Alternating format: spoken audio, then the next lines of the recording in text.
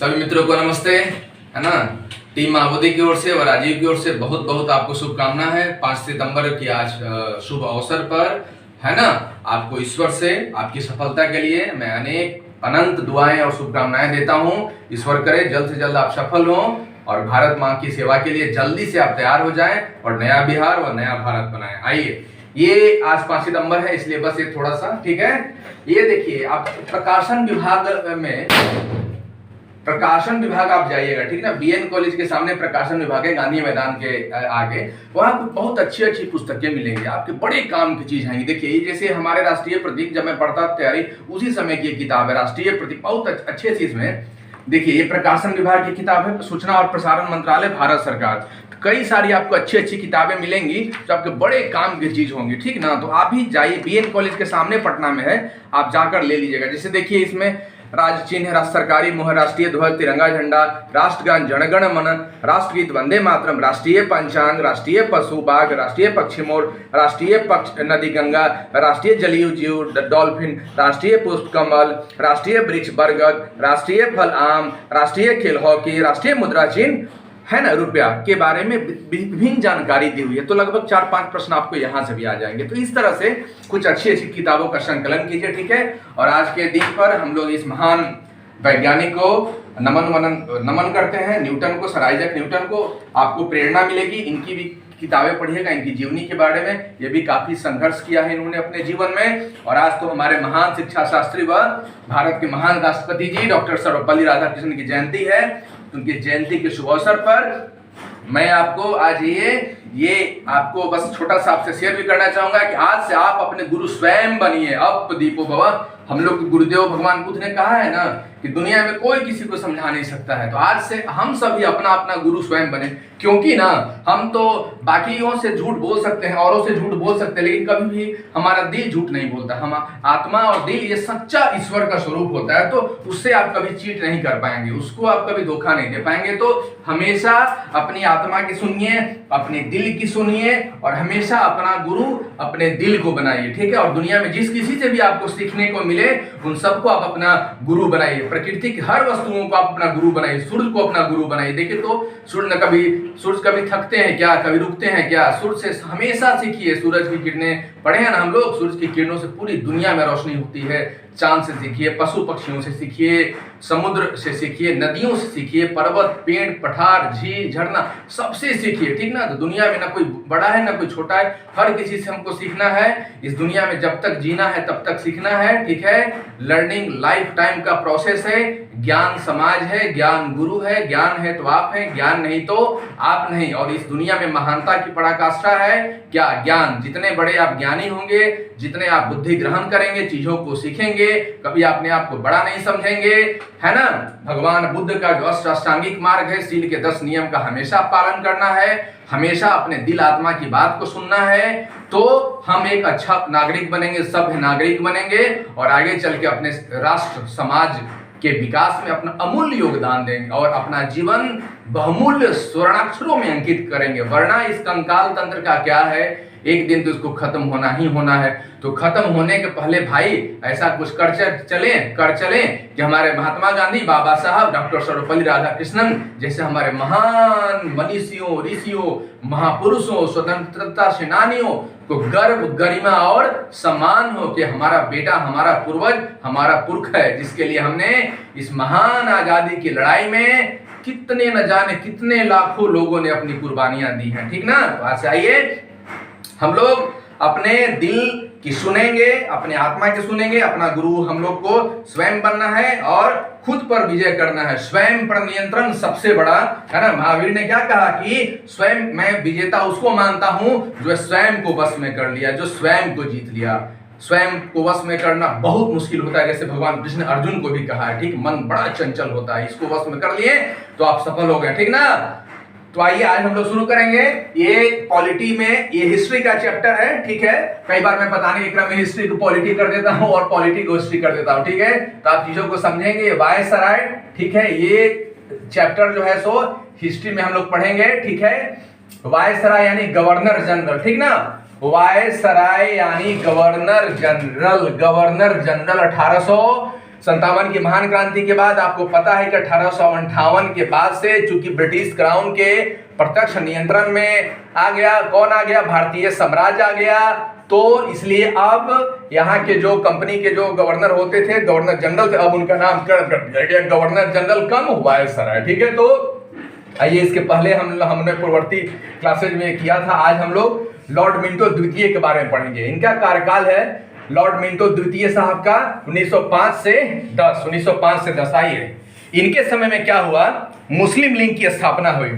मुस्लिम league की स्थापना हुई 1906 में। बहुत इंपॉर्टेंट है। जैसा कि आपको पता है कि 1885 में किसकी स्थापना हुई, 1885 में कांग्रेस की स्थापना हुई, तो मुस्लिम लीग की स्थापना अब होगी 1906 में। क्यों होगी, एक तो विकास के लिए होगी, समाज को राष्ट्रीय आंदोलन में जोड़ने के लिए होगी, और एक अंग्रेजों की सोची समझी कूटनीति रहेगी इसमें राष्ट्रीय आंदोलन को कमजोर करने के लिए, ताकि एकीकृत राष्ट्रीय आंदोलन जो कांग्रेस के रूप में चल रही है उसमें फूट डाला जाए और उसमें अलग अलग वर्ग, ग्रुप, पंथ, मजहब के नाम पर खड़ा किया जाए, राष्ट्रवादी आंदोलन को कमजोर किया जाए। तो मुस्लिम लीग की स्थापना इसी के कारण हुई, इसी की वजह से हुई, और समर्थन भी मिला मिंटो साहब का इनमें। और आगे चल के हम देखेंगे कि पृथक निर्वाचन मंडल, मॉर्ले मिंटो सुधार अधिनियम में यहीं से क्या होगा, पृथक निर्वाचक मंडल की पहली बार शुरुआत होगी। और कहा जाता है कि हमने ड्रैगन के विष के दांत बो दिए, ठीक ना। इसी समय से भारत में जो सांप्रदायिकता प्रकार की जो समस्या आज हम झेल रहे हैं, भारत पाकिस्तान, दो एशिया महादेश में दो जो देश का जो विभाजन हुआ, जो दो हमारे शरीर के जो सर से लेकर नीचे तक टुकड़े किया गया, आज तक उसका घाव भरा नहीं, ना कभी भरेगा। यह इसकी वजह, एक प्रमुख वजह जिसकी शुरुआत यहाँ से होती है, ठीक है। आइए, मुस्लिम लीग का स्थापना 1906 में आगा खां एवं सलीमुल्लाह, ढाका के नवाब थे। सलीमुल्लाह साहब क्या थे, ढाका के नवाब थे सलीमुल्लाह। तो नवाब सलीमुल्लाह खान आगा खां ने ढाका कहाँ है, आधुनिक बांग्लादेश की राजधानी, उस समय क्या था, बंगाल प्रांत में था। ढाका में ये मुस्लिम लीग की स्थापना करेंगे। तो याद रखिएगा, मुस्लिम लीग का स्थापना आगा खां एवं नवाब सलीमुल्लाह के सहयोग से होगा, ढाका में होगा, ठीक है, 1906 में। और 1906 में स्वदेशी आंदोलन, जैसा कि पता है कि कर्जन ने क्या किया था, कर्जन ने कर दिया था बंगाल विभाजन। बंगाल को कर्जन साहब ने क्या कर दिया था, विभाजन, राष्ट्रीय आंदोलन को कमजोर करने के लिए, ठीक है। इधर पूर्वी बंगाल और इधर कर दिया इन्होंने क्या, पश्चिमी बंगाल, ठीक है। ये जो क्षेत्र था आज असम और मुख्य रूप से बंगाल और ये बांग्लादेश वाला क्षेत्र है, और ये जो प्रांत है विशेषकर बिहार वाला प्रांत है, और इसमें बंगाल के भी कुछ प्रांत है। तो मुख्य रूप से राष्ट्रवाद को तोड़ना इनका मकसद था। 1905 में बंगाल विभाजन कर्जन ने किया था। तो इसी के खिलाफ में हमारे राष्ट्रवादियों ने 1906 में स्वदेशी आंदोलन, अमार सोनार बांग्ला और रक्षाबंधन का त्योहार, रविन्द्रनाथ टैगोर जैसे हमारे महान भारत के बेटा व सपूत ने आंदोलन की बागडोर संभाली, ठीक है। तो स्वदेशी आंदोलन 1906 में शुरू हुआ, ठीक है। सूरत अधिवेशन 1907 में सूरत फूट हो गया। इसको सूरत फूट के नाम से जाना जाता है। जैसा कि आपको पता है, कांग्रेस के जो आंदोलन चल रहे 1885 से कांग्रेस के नेतृत्व में राष्ट्रवादी आंदोलन चल रही थी, और गर्मपंथी और नरमपंथी दो दल थे, ठीक है। एक थे गर्मपंथी और एक थे नरमपंथी। तो गर्मपंथी में कौन थे, लाल बाल पाल, ठीक है, लाला लाजपत राय, बिपिन चंद्र पाल और बाल गंगाधर तिलक। ये लोग हमेशा क्या थे, ये थे उग्रपंथी थे। क्या थे, उग्रपंथी थे, ठीक ना। उग्रपंथी थे या गर्मपंथी हम लोग इनको बोल सकते हैं। ये हमेशा क्रांतिकारी रास्ते से बहिष्कार आंदोलन चल के, स्वदेशी आंदोलन चला के अंग्रेजों का प्रत्यक्ष विरोध करना चाहते थे। जबकि जो नरमपंथी हमारे लोग थे, ठीक ना, फिरोज शाह मेहता थे, व्योमेश चंद्र बनर्जी थे, सुरेंद्र नाथ बनर्जी, ऐसे लोग जो थे सो शांतिपूर्ण तरीके से, ठीक ना, शांति तरीके से याचना है, प्रार्थना पत्र है, ठीक ना, स्मरण पत्र है। इसके बाद इनको ब्रिटिश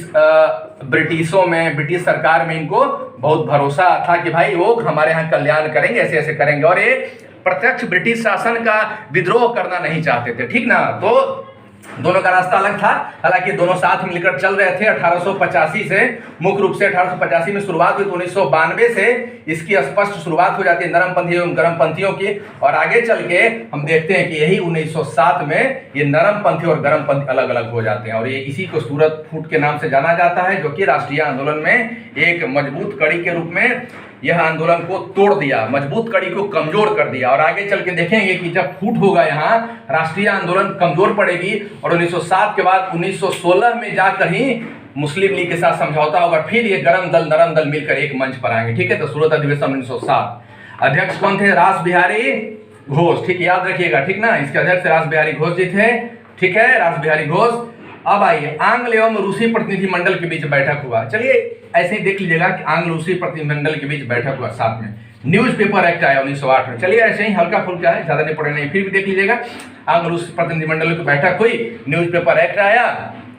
ठीक है, और मॉडले मिंटो सुधार, जैसा कि मैं बताया, इसी अधिनियम से 1909 का अधिनियम था मॉडले मिंटो सुधार। इसमें विशेषकर बजट के बारे में प्रस्ताव इस संबंध में या वाद विवाद में जो मंत्रि परिषद में, जो सदन में जो बजट भाषण देना, प्रश्न पूछना, ये सब अधिकार दिया गया। लेकिन सबसे बड़ा चीज था इनका कि इन्होंने मुस्लिम निर्वाचक मंडल का आविष्कार किया, यानी कि विशेष क्षेत्र से या विधानसभा क्षेत्र का क्षेत्र हुआ तो मुस्लिम ही खड़े होंगे और मुस्लिम लोग ही इनको वोट देंगे। यहीं से कहा जाता है कि ये हमारे भारत में सांप्रदायिकता की जो एकदम मजबूत कील के जैसी इसकी शुरुआत इन्होंने, अंग्रेजों ने कर दिया। ठीक है, यानी पृथक निर्वाचन मंडल की शुरुआत कर दिया कि अब एक धर्म विशेष, जाति विशेष मुस्लिम खड़े होंगे और मुस्लिम ही वोट देंगे। और आगे चल के पृथक निर्वाचन मंडल को 1919 के अधिनियम में, माउंटेगू चेम्सफोर्ड सुधार 1935 के अधिनियम और ज्यादा बढ़ा दिया गया। ये सब अंग्रेजों की क्या है?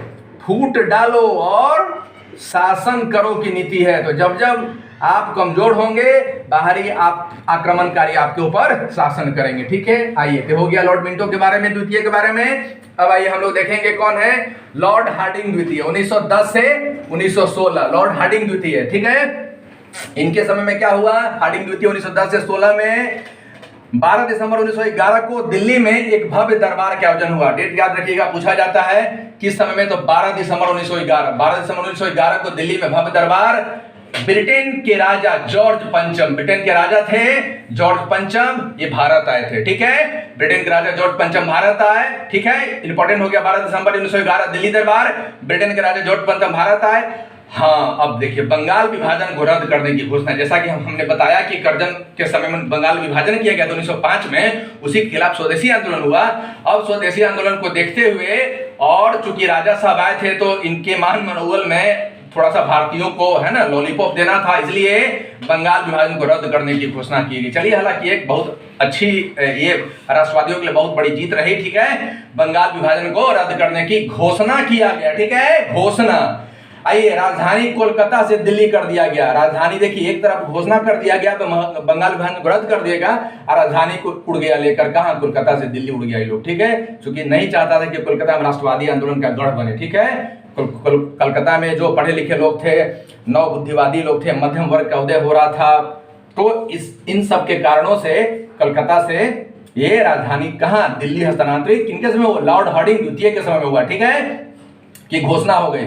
1912 में दिल्ली भारत की राजधानी बना। देखिए, ये दिल्ली दरबार 1911 में सब घोषणा हो रही है, और जो घोषणाएं हो रही है सब 1912 में लागू होंगी, तो देख लीजिएगा। ठीक है, इसकी भी घोषणा होती है, ये बंगाल को अलग करने का, लेकिन 12 में लागू होता है, तो देख लीजिएगा। राजधानी कोलकाता से दिल्ली हस्तांतरित घोषणा 1912 में, दिल्ली भारत की क्या बनेगी? राजधानी बनेगी। 23 दिसंबर 1912 को लॉर्ड हार्डिंग पर दिल्ली में बम फेंका जाएगा। ठीक है, 23 दिसंबर 1912 को दिल्ली में इन पर हार्डिंग पर बम फेंका जाएगा राष्ट्रवादियों ने, क्रांतिकारियों ने। इसी कांड के कारण बाल मुकुंद, हमारे महान जो राष्ट्रवादी आंदोलन के नायक रहे हैं, इनको फांसी भी दिया गया। चलिए, याद रखिएगा कि ये बम कांड हुआ था 23 दिसंबर 1912 को लॉर्ड हार्डिंग पर दिल्ली में, जब हाथी से आ रहे थे उस समय इन पर बम फेंका गया था। ठीक है, आइए, 28 जुलाई 1914 को प्रथम विश्व युद्ध, बहुत इंपॉर्टेंट है, विश्व में प्रथम विश्व युद्ध की, आधुनिक वर्ल्ड, मॉडर्न वर्ल्ड में प्रथम विश्व युद्ध की शुरुआत हो गई है। 28 जुलाई 1914, डेट इंपॉर्टेंट है, याद रखिएगा। 28 जुलाई 1914 प्रथम विश्व युद्ध की शुरुआत। ठीक है, बनारस हिंदू विश्वविद्यालय, BHU, ठीक है, बनारस हिंदू विश्वविद्यालय की स्थापना इन्हीं के कार्यकाल में होंगे, लॉर्ड हार्डिंग द्वितीय 1916 में। ठीक है, ये यहाँ के कौन थे? मदन मोहन मालवीय, भारत रत्न महामना मदन मोहन मालवीय के सहयोग से ये बना था। ठीक ना, मदन मोहन मालवीय भी अपने आप में एक ग्रंथ है। ठीक है, उनको भी पढ़िएगा, मजा आएगा। उनकी भी जीवन एक तरह राष्ट्र को समर्पित, राष्ट्रवाद को समर्पित, राष्ट्रभक्ति को समर्पित है, भारत माँ को समर्पित है। आइए, बनारस में हिंदू विश्वविद्यालय की स्थापना है। सभी बच्चों का सपना होता है यहाँ पढ़ने का, ठीक है, मेरा भी सपना था लेकिन मैं पढ़ नहीं पाया, ये सबका सपना होता है, ठीक है। और पटना उच्च न्यायालय की स्थापना, इन्हीं के समय पटना उच्च न्यायालय की स्थापना होती है, ठीक ना, पटना उच्च न्यायालय की स्थापना होगी। बॉम्बे क्रॉनिकल एवं प्रताप का प्रकाशन फिरोज शाह मेहता एवं गणेश शंकर विद्यार्थी करेंगे। ये सब राष्ट्रवादी पत्र पत्रिकाएं अखबार हैं। बॉम्बे क्रॉनिकल और प्रताप, बॉम्बे क्रॉनिकल प्रताप, प्रकाशन फिरोज शाह मेहता एवं गणेश शंकर विद्यार्थी, ठीक है। बॉम्बे क्रॉनिकल एवं प्रताप, प्रकाशन फिरोज शाह मेहता, गणेश शंकर विद्यार्थी। चीजों को देख लीजिए एक बार, पूरा एक बार देख लीजिए अच्छे से, बार बार चीजों को रिवीजन कीजिए, पढ़िए। अब आइए आगे हम लोग लॉर्ड चेम्सफोर्ड की ओर चलेंगे। आइए लॉर्ड चेम्सफोर्ड की ओर हम लोग चलेंगे। ये है लॉर्ड चेम्सफोर्ड साहब, 1916 से 21 तक रहेंगे। 1916 से 21, 1916 में लखनऊ अधिवेशन, ठीक है। कांग्रेस का एकीकरण हो गया, गरम दल, नरम दल और मुस्लिम लीग के साथ क्या हो जाएगा, समझौता। बोला था ना, यही 1916 का बहुत ऐतिहासिक दिन है। 1916 लखनऊ अधिवेशन में, ठीक है, गांधी जी भी थे। अधिवेशन में कांग्रेस का एकीकरण, मतलब नरम दल गरम दल का एकीकरण और मुस्लिम लीग के साथ समझौता हो जाएगा, ठीक है। 1916 में महिला विश्वविद्यालय की स्थापना पुणा में, ठीक है। शिवाजी का क्षेत्र है महाराजा, ठीक ना, महाराज शिवाजी महाराज, ठीक है। 1916 में महिला विश्वविद्यालय की स्थापना होगी, ठीक ना, देख लीजिएगा, बहुत इंपॉर्टेंट है। 1916 महिला विश्वविद्यालय की स्थापना पुणा में। 17 में सैडलर आयोग, शिक्षा के लिए, एजुकेशन के लिए, शिक्षा पर सैडलर आयोग, शिक्षा पर बृहद सिफारिश करेगी आयोग, ठीक है। तो लॉर्ड चेम्सफोर्ड के समय में ही है सब। महिला विश्वविद्यालय, 17 में सैडलर आयोग, 17 में सैडलर आयोग की स्थापना। 1919 में रॉलेट एक्ट, बाप रे बाप, पंजाब में जलियांवाला बाग हत्याकांड, इसके बाद हुआ रॉलेट एक्ट। न अपील, न वकील, न दलील, अंधा कानून, काला कानून, जालिम का कानून, औपनिवेशिक कानून, साम्राज्यवादी कानून, ठीक ना, घटिया कानून, निकृष्टतम कानून का न अपील, न वकील, न दलील। कोई जिसको चाहेगी पुलिस उठा के पकड़ के बंद कर देगी, ठीक है। इसी के विरुद्ध में हुआ था, क्या हुआ था, ठीक ना, पंजाब में आंदोलन हुआ और अंग्रेजों ने जलियांवाला बाग हत्याकांड जैसा नृशंस हत्याकांड किया, जो कि आज भी हमारे लोगों को याद आती है। तो आप समझते हैं ना, भगत सिंह जब गए थे वहां देखने, तो रक्त से उन्होंने टीका किया था और कहा था कि जरूर एक दिन आएगा, समय आएगा तो अंग्रेजों को देश छोड़कर जाना होगा। और वीर भगत सिंह, खुदीराम बोस, ऐसे ऐसे महान लोगों ने, ठीक ना, अपने जान को हथेली पर रखकर जान की बाजी। क्या उम्र था भगत सिंह का, मात्र 23 साल। हम लोग 35-36 साल के होकर अब तक बोझ बने हुए हैं, बोझ नहीं बने हुए, चलिए हम लोग भी करेंगे काम, लेकिन 23 साल का वीर नौजवान युवा, आप कल्पना करते हैं, क्रांतिकारी, मैं क्रांतिकारी हूँ, मैं समाजवादी हूँ, मैं स्वतंत्रता चाहता हूँ, पूर्ण स्वतंत्रता चाहता हूँ, पूर्ण आज़ादी चाहता हूँ, हर प्रकार से, सामंतवाद से आज़ादी, ब्राह्मणवाद से आज़ादी, अशिक्षा से आज़ादी, गरीबी से आज़ादी, भूखमरी से आज़ादी, ठीक है, मजहब पंथ से आज़ादी, ठीक है। तो इस तरह से इनकी नीति थी कि मैं क्रांतिकारी क्यों हूं, ठीक है। इनका रचना, इनका दर्शन महज 23 वर्ष की उम्र में इन्होंने दिखा दिया। आइए, हमारे भगत सिंह से बहुत कुछ सीखने की जरूरत है। जतीन दास जैसे लोग हैं, भगत सिंह जैसे लोग हैं, ठीक है, राजगुरु जैसे लोग हैं, ठीक ना, सुखदेव जैसे लोग हैं। मेरा रंग दे बसंती चोला, माई रंग दे बसंती चोला, मेरा रंग दे, ठीक है। आइए, तो 1900 रॉलेट एक्ट पारित हुआ, 1919 में पारित हुआ।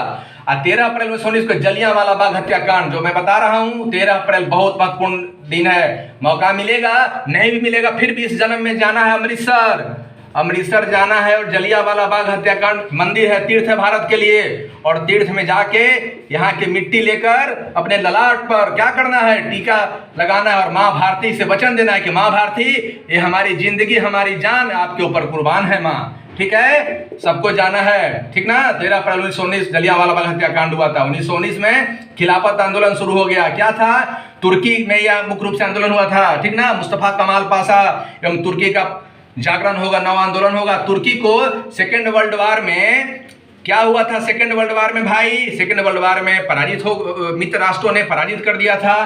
जो अपने विपक्षी दल थे उसको, जर्मनी के साथ जो गठबंधन था जर्मनी तुर्की वाला, तो तुर्की को क्या कर दिया गया कि सेबरे की संधि में भी तुर्की को बांट दिया गया अलग अलग, ठीक है, और बांटकर अलग अलग देशों को दे देने का एक संकल्प था, विचार था ब्रिटेन का। और इसी के खिलाफ में और खिलाफत का पद खत्म कर दिया गया, खिलाफत और खलीफा का पद खत्म कर दिया गया तुर्की से। इसी के विद्रोह में, इसी के बगावत में यहाँ के मुस्लिमों ने कौन पटना के विशेष करके भी अली बंधुओं ने और पूरे भारत के मुस्लिम बुद्धिजीवियों ने एक आंदोलन छेड़ा था 1919 में, खिलाफत आंदोलन, जिसको महात्मा गांधी ने, बापू ने समर्थन दिया था, बापूजी ने समर्थन दिया और कहा कि आज हमारे मुस्लिम भाइयों के साथ खतरा है तो आज हिंदू भाई खड़ा होगा, कल हिंदू भाई के साथ होगा तो हमारा मुस्लिम भाई खड़ा होगा। और हिंदू मुस्लिम एकता की पहली बार सन 57 की क्रांति के बाद, 1857 के महान स्वतंत्रता की प्रथम क्रांति के बाद हिंदू मुस्लिम एकता की मिसाल देखने को मिलती है। गंगा जमुनी तहजीब अपने उफान पर रहेगी और खिलाफत आंदोलन में बढ़ चढ़ के कांग्रेस नेताओं ने, महात्मा गांधी ने, सत्य अहिंसा के पुजारियों ने जबरदस्त तरीके से भाग लेगा। अली बंधु मुख्य नेता इसके रहेंगे, आगे इतिहास में पढ़ेंगे इसके बारे में। और यही खिलाफत आंदोलन आगे चल के क्या बन जाएगा? नॉन कोऑपरेशन मूवमेंट यानी असहयोग आंदोलन, ठीक ना। पूर्ण बहिष्कार करो, स्वदेशी को अपनाओ, बहिष्कार करो, आगे पढ़ेंगे राष्ट्रीय आंदोलन, ठीक है। 1920 में असहयोग आंदोलन, ठीक है। महात्मा गांधी बापू वैष्णव जनतो तेने कहिए जे पीड़ पर आई जाने रे, ठीक ना। रघुपति राघव राजा, कौन नहीं जानता इनको, बापू को, ठीक है। ये असहयोग आंदोलन की शुरुआत महात्मा गांधी नेतृत्व के तृतीय अफगान युद्ध हुआ, ठीक है। तृतीय अफगान युद्ध हुआ था लॉर्ड चैम्सफोर्ड के समय, देख लीजिएगा। ये है ना तेरी मिट्टी में मिल जाऊं, जो फिल्म है केसरी, देखिएगा, मजा आएगा, अक्षय कुमार की। आइए आगे देखिए। अब हम लोग देखेंगे लॉर्ड रीडिंग के बारे में, जल्दी देखिए। आइए देखते हैं लॉर्ड रीडिंग 1921 से 1926 तक इनका कार्यकाल रहा है रीडिंग साहब का। ये 5 फरवरी 1922 को चौड़ी चौड़ा घटना होती है। असहयोग आंदोलन के समय में ही ये 5 फरवरी 1922 को उत्तर यूपी के गोरखपुर में, ठीक ना। ये उत्तर प्रदेश के गोरखपुर जिले में है, चौड़ी चौड़ा नामक जगह है। और यहाँ पर क्या हुआ था कि राष्ट्रीय आंदोलन के नेतृत्व करने वाले जो जा रहे थे, तो क्या हुआ था कि अंग्रेजों एक पुलिस थाने को इन्होंने जला दिया था, ठीक है, उकसावे पर। तो महात्मा गांधी ने इसके बाद 5 फरवरी 1922 चौड़ी चौड़ा घटना के बाद क्या किया था, महात्मा गांधी ने असहयोग आंदोलन को क्या कर दिया, वापस ले लिया, ठीक है। असहयोग आंदोलन को वापस ले लिया। अब आइए, ये सब रीडिंग के समय में 21 से 26 1923 में स्वराज पार्टी का स्थापना हुआ, ठीक है। इलाहाबाद में मोतीलाल नेहरू एवं चित्तरंजन दास के द्वारा किया गया। स्वराज पार्टी क्या था, कांग्रेस में ही ये स्वराज पार्टी बनाया गया, ठीक है। स्वराज पार्टी, इनका काम क्या था कि हम चुनाव का बहिष्कार नहीं करेंगे, चुनाव में हम लोग लड़ेंगे। और कांग्रेस का क्या कहना था कि हम हर प्रकार से बहिष्कार करेंगे, ब्रिटिश राज का बहिष्कार करेंगे, कोर्ट का बहिष्कार करेंगे, शिक्षा का बहिष्कार करेंगे, अंग्रेजी नीतियों का बहिष्कार करेंगे और विधान परिषदों का बहिष्कार करेंगे, चुनाव का बहिष्कार करेंगे। लेकिन मोतीलाल नेहरू और चित्तरंजन दास, सीआर दास, ये कौन है सीआर दास? नेताजी सुभाष चंद्र बोस के गुरुदेव हैं, ठीक है। तो स्वराज पार्टी ने कहा कि नहीं, हम लोग चुनाव लड़ेंगे और असेंबली में पहुंच के, परिषद में पहुंच के विरोध करेंगे। और इन्होंने चुनाव लड़ा भी, जीता भी। विठल भाई पटेल को परिषद का यानी कि लोकसभा आज का जो है सो अध्यक्ष निर्वाचित कराया और बहुत हद तक अंग्रेजों का विरोध भी किया, ठीक है। तो सफलता भी मिला इनको। आइए 23 में स्वराज पार्टी की स्थापना, मोतीलाल नेहरू, चित्तरंजन दास। नवंबर 1921 में प्रिंस ऑफ वेल्स की भारत यात्रा, ठीक है। ये राजकुमार थे, महारानी के राजकुमार, ब्रिटेन के राजकुमार थे। नवंबर 1921 में प्रिंस ऑफ वेल्स भारत आएंगे। पूरे भारत में हड़ताल होगा, ठीक ना, हड़ताल के साथ स्वागत किया जाएगा, ठीक है। सत्य अहिंसा का ये सब तरीका है, गांधीवादी आंदोलन का तरीका है। 1921 मोपला विद्रोह, ठीक है। केरल में है मोपला, केरल देखे कि नहीं देखे? ये जो एरिया है भाई, ये भारत का केरल मालाबार वाला क्षेत्र है, कोस्टीय क्षेत्र है। तो इसी केरल के मोपला में विद्रोह होगा, ठीक है। यह मुद्दा जमीनों का मुद्दा था, है ना, बाद में इसको हिंदू मुस्लिम मुद्दा का रंग दे दिया जाएगा और चल के, ठीक ना। तो मोपला विद्रोह इसको समझेंगे, केरल में हुआ था, ठीक है। आइए बाकी इतिहास में पढ़ेंगे डिटेल्स। 21 में मोपला विद्रोह हुआ, ठीक है। आइए अब क्या है, 1921 में भारतीय कम्युनिस्ट पार्टी की स्थापना, ठीक ना। ये हुआ था 1921 में, बहुत इंपॉर्टेंट है। 21 में कम्युनिस्ट पार्टी की स्थापना, ये राजनीतिक पार्टी है कम्युनिस्ट पार्टी। आज भी देखते हैं हम लोग कम्युनिस्ट पार्टी को। समाजवादी विचारधारा है, लेनिनवादी माओवादी विचारधारा इनकी है। सामाजिक समानता पर बल देते हैं और भारत के विभिन्न राज्यों में इनकी बहुत अच्छी पहुंच है, बहुत अच्छी पकड़ है, बिहार में भी है, ठीक है। तो 1921 में इनकी स्थापना हुई। चाहिए 1922 में देखिए भारतीय सिविल सेवा परीक्षा की शुरुआत इलाहाबाद में। पहले परीक्षा लंदन में होती थी, लेकिन 22 में पहली बार सिविल सेवा परीक्षा इलाहाबाद में होगी 1922 में, ठीक है। 25 में काकोरी कांड, ठीक है। उत्तर प्रदेश से ये सहारनपुर स्टेशन से जब मालगाड़ी जा रही थी, वहीं पर हमारे क्रांतिकारी साथियों ने, क्रांतिकारी भाइयों ने क्या किया? राष्ट्रवाद का नारा के साथ, भारत माँ की सेवा के साथ में अंग्रेजों का फन कुचलने के लिए, ब्रिटिश साम्राज्य को तोड़ने के लिए काकोरी ये जो था ट्रेन डकैती किया था, ताकि राष्ट्रीय आंदोलन को क्या मिले? बल मिले। और इन्होंने 25 में, इसी को काकोरी कांड कहा जाता है, ठीक ना, डिटेल्स पढ़ेंगे हिस्ट्री में, ठीक है।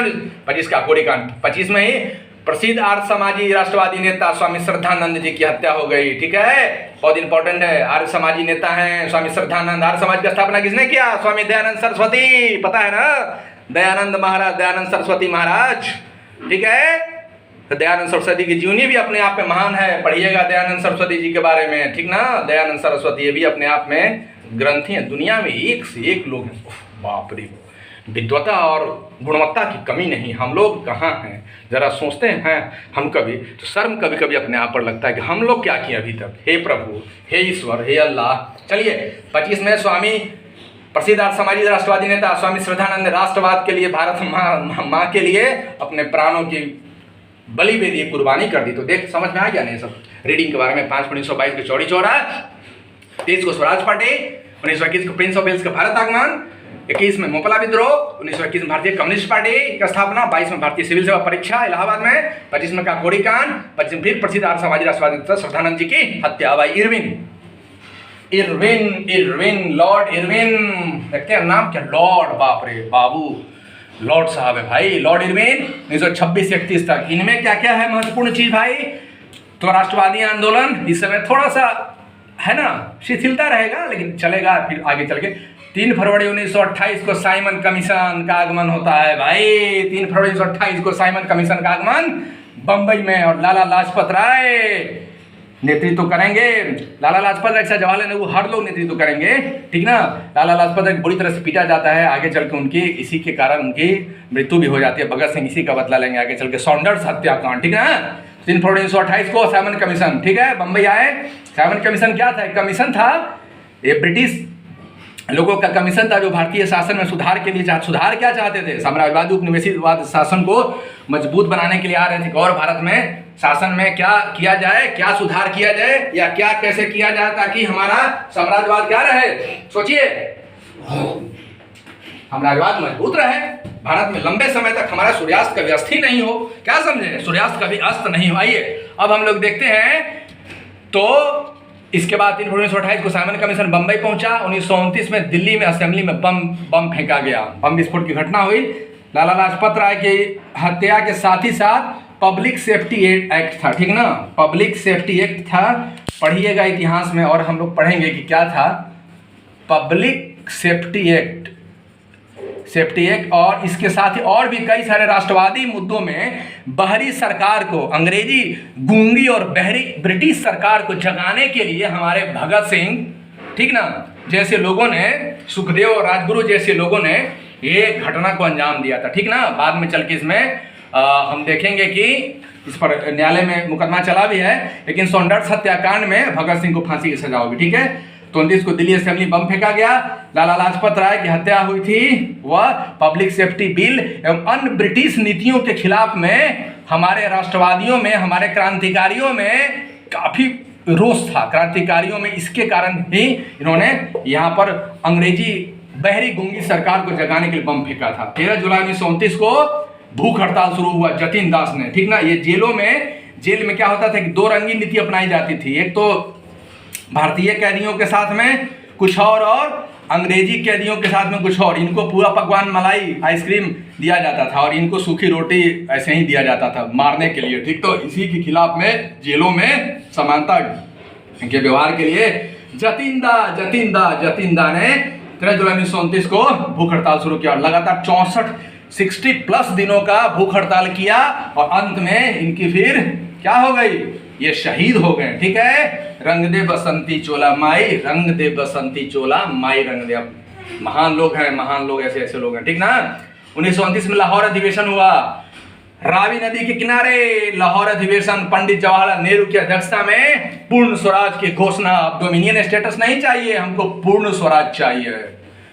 पूर्ण स्वराज, ठीक है। 1929 में लाहौर अधिवेशन में घोषणा हुई थी, ठीक ना, रावी नदी किनारे जवाहरलाल नेहरू की अध्यक्षता में। 26 जनवरी 1930 को स्वतंत्रता दिवस मनाने की घोषणा, इसी अधिवेशन में निर्णय लिया गया था कि प्रत्येक वर्ष के 26 जनवरी को क्या मनाएंगे, स्वतंत्रता दिवस मनाएंगे। इसलिए 15 अगस्त को तो स्वतंत्रता दिवस मिली, चूंकि 15 अगस्त को आजादी मिली, तो लेकिन 26 जनवरी को इसी दिन को याद रखने के हम लोग गणतंत्र दिवस प्रत्येक वर्ष मनाते हैं ना, ठीक है। स्वतंत्रता दिवस गया, गणतंत्र दिवस हो गया, ठीक है, क्योंकि संविधान लागू किया गया। 5 मई 1930 को महात्मा गांधी को गिरफ्तार कर लिया गया, ठीक ना, गिरफ्तार कर लिया गया था सविनय अवज्ञा आंदोलन के दौरान। सविनय अवज्ञा आंदोलन को, ठीक ना, सविनय अवज्ञा आंदोलन क्या था भाई कि, और ये था सविनय अवज्ञा आंदोलन, सिविल डिसोबीडिएंट मूवमेंट, सविनय अवज्ञा, हम प्यार से आपकी बात को नहीं मानेंगे, ठीक है। तो शुरू किया गया था कौन, महात्मा गांधी ने किया था। 5 1930 को महात्मा गांधी को गिरफ्तार किया गया सविनय अवज्ञा आंदोलन के दौरान। 12 नवंबर 1930 को प्रथम गोलमेज सम्मेलन, राउंड टेबल कॉन्फ्रेंस लंदन में होगा, ठीक है। फिर से आइसक्रीम देने के लिए अंग्रेजी सरकार, ब्रिटानिया सरकार भारतीय नेताओं को ठगने के लिए, राष्ट्रवादी आंदोलन को कमजोर करने के लिए, कांग्रेस में फूट डालने के लिए एवं भारत में धर्म जाति का राग उठाने के लिए ये ड्रामा शुरू करेगी, ठीक ना। प्रथम गोलमेज सम्मेलन के नाम पर खाना पूर्ति होगा। चलिए, हालांकि जाने अनजाने 1935 का अधिनियम मिलेगा भारत को, ठीक है। चलिए, इसका थोड़ा बहुत लाभ ही सही, लेकिन ये अपने हित में किया था। कोई भी औपनिवेशिक साम्राज्यवादी देश होता है ना, वो जो शोषण करता है, वो शोषण की ही कड़ियों में वो विभिन्न काम करता है। वो कोई उसका सामाजिक धार्मिक दृष्टिकोण नहीं होता है, विकास का दृष्टिकोण नहीं होता है कि भारत को हम ब्रिटेन जैसा बना दे, अमेरिका जैसा बना दे। कभी भी भारत को वो गुलाम देश के रूप में देखता था। इसी की कड़ी में 1930 को प्रथम गोलमेज सम्मेलन और 31-32 में द्वितीय तृतीय गोलमेज सम्मेलन होगा। 4 मार्च 1931 को गांधी इरविन समझौता होगा, ठीक है। इरविन थोड़ा सा उदार थे, गांधी जी के साथ वार्ता भी हुई, तो यही गांधी इरविन समझौता होगी और सविनय अवज्ञा आंदोलन को स्थगित किया जाएगा, ठीक ना। 4 मार्च 1931 गांधी इरविन समझौता, सविनय अवज्ञा का आंदोलन स्थगित। कई बार कहा जाता है भगत सिंह को भी फांसी जब हुई थी, 23 मार्च 1931 को फांसी हुई थी, ठीक ना। 23 मार्च को भगत सिंह को फांसी हुई थी, शहीदी हुई थी भगत सिंह को।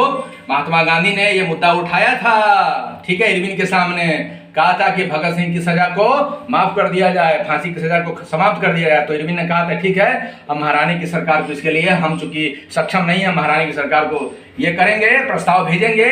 लेकिन बाद में चल के फिर राष्ट्रवादियों के साथ छल हुआ, हमारे लोगों के साथ छल हुआ, गांधी जी के साथ भी एक तरह से छल हुआ, और फिर से चुपके रात में हमारे महान स्वतंत्रता सेनानी भगत सिंह जैसे लोगों को चुपके रात में 23 मार्च को फांसी दे दिया गया था रात में, ठीक ना। आइए, ये इतिहास का सबसे घिनौना दिन है, सबसे कलंकित दिन है। चलिए, लेकिन हमारे लिए, भारत के लिए शहीदी का दिन है। अपने दिल में भगत सिंह को बसाइए, ठीक है। 4 मार्च 1931 को गांधी इरविन समझौता से आंदोलन का स्थगित हो गया, ये रहा, ठीक है। और ये थोड़ा सा वृक्ष भी देख लीजिए, ठीक है। ये हैप्पी टीचर्स डे का वृक्ष है। आप लोग भी अपने अपने घर में जहाँ कहीं भी रहते हो, पाम ट्री हो, पाम ट्री नहीं, बम्बू ट्री हो, थोड़ा क्रॉटन हो, कुछ लगाइए, अच्छा लगेगा। गांव में जाइए तो आम, अमरूद, केला, पपीता लगाइए। पेड़ जितना लगाएंगे, धरती में जितना पेड़ लगाइएगा उतना ही आशीर्वाद, उतने जल्द आप सफल होंगे, ठीक है। तो हैप्पी टीचर्स डे के साथ में स्क्रीनशॉट ले लीजिए एक बार चीज़ों को। हमने पढ़ा, हिस्ट्री पढ़ा है, हिस्ट्री में देखा हमने किस तरह से गवर्नर जनरल का कार्यकाल रहा है, ठीक है। इसी के साथ मैं आप सबको आपकी सफलता के लिए बहुत बहुत दुआएं और बहुत बहुत क्या करूंगा, शुभकामना देना चाहता हूं, ठीक ना। स्क्रीनशॉट के साथ थोड़ा सा, हाँ, मैं चाहता हूं कि आप लोग आज से शिक्षक दिवस की इस महान शुभ अवसर पर आप सीख लीजिए, सीखिए, समझिए, ठीक ना। ये बहुत बड़ी दुनिया है, विश्व की बहुत बड़ी दुनिया है, और कुछ ऐसे लोग अमर होके चले जाते हैं भाई। कुछ तो बात है ना ऐसे लोगों में, तो आइए सीखिए ना, हम लोग भी प्रयास कीजिए। इनके जैसा नहीं बनना है, बन पाएंगे कभी नहीं बन पाएंगे, लेकिन इनके जैसा दिल हम लोग की आत्मा में भी है। कहा है ये भगवान ने, ये कहा है कि हर जगह हम हैं, कण कण में है, मन मन में है, छन छन में है, पल पल में है, चर चर में है, जड़ जड़ में है, ब्रह्मांड में है, जीव में है, नल नदी में है, निर्धीर में है। तो आइए, यही हमारे में है, आप में भी है। इनको गुरु बनाइए, दिल आत्मा को गुरु बनाइए, यही इनके लिए सच्ची श्रद्धांजलि होगी, ठीक है। इसी श्रद्धांजलि के साथ में आपकी सफलता की मैं दुआएं करता हूँ, कामना करता हूँ सूर्य भगवान से, ब्रह्मांड के हर किरणों से, कि आप सफल हो, भारत माँ को एक बेटा और बेटी मिले, और भारत माँ को गर्व हो। अब दीपो भव के साथ टीम माँ बोधीवरा जी की ओर से आप सबको आपकी सफलता के लिए बहुत बहुत शुभकामना और मुबारकबाद।